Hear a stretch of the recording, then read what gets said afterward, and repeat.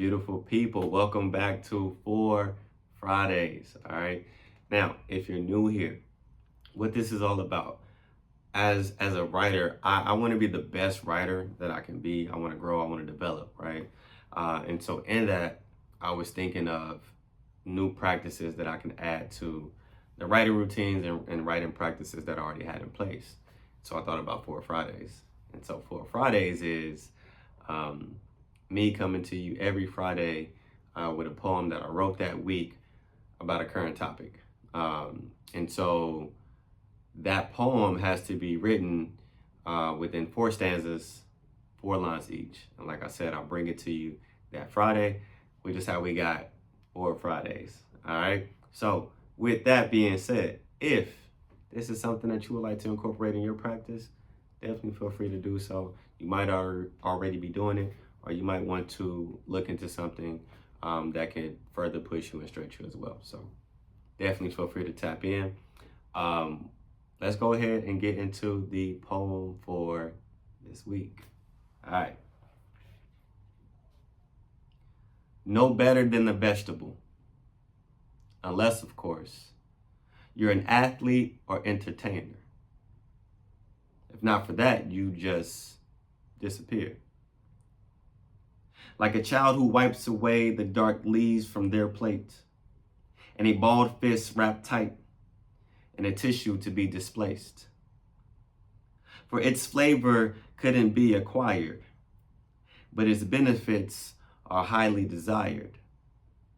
The life of a vegetable, essential for the body, and yet pushed away by those whom need them the most. Willingly accepting deficiency. No better than a vegetable. That is inspired by what I'm learning about Jason Arday. He was the youngest Black professor at Cambridge. There was some scrutiny around his work, and that being plagiarized, and there was a lot of media coverage on it, and a lot of, based on what I'm learning right now, there was a lot of hateful things that were being said, ultimately leading to him walking away from Cambridge. Ultimately, this is connected, or it's being said to be connected to his passing, unfortunately. And so I'm learning this information along with some others who are just getting a hold of the story. But that's been heavy on my mind this week, and I got a chance to get into some of his book.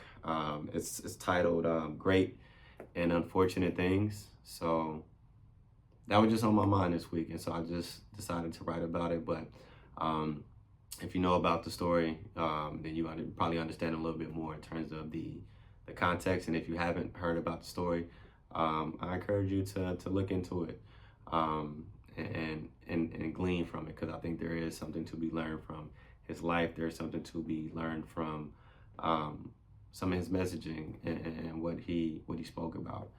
So yeah. And I was bothered by some of the comments around those that were scrutinizing him as well, and particular things that they were saying about the Black community.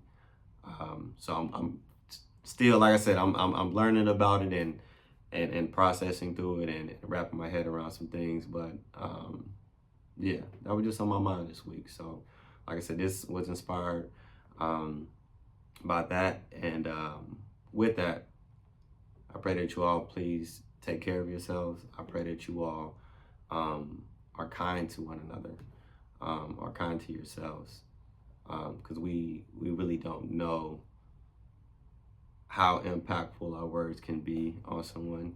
We really don't know how far that can go. So we can have disagreements. We may see things differently, but I don't think our words should ever go as far as to